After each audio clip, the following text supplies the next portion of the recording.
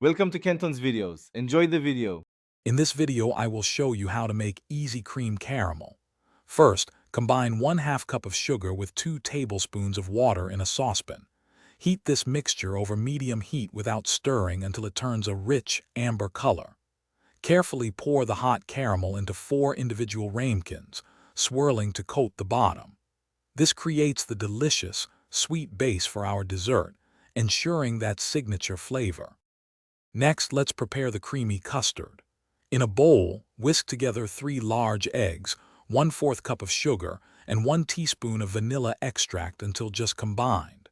In a separate saucepan, gently warm 1 1/2 cups of milk and 1/2 cup of heavy cream until steaming, but not boiling.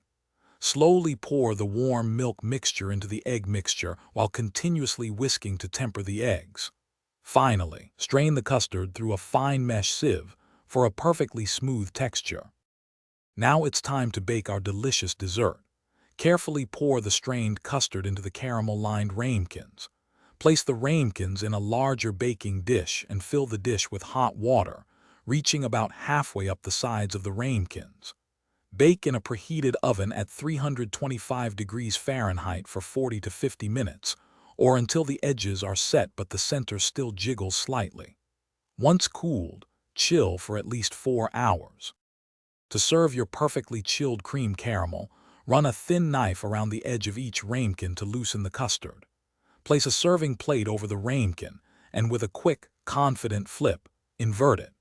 The rich, golden caramel sauce will cascade down over the silky custard, creating a stunning presentation.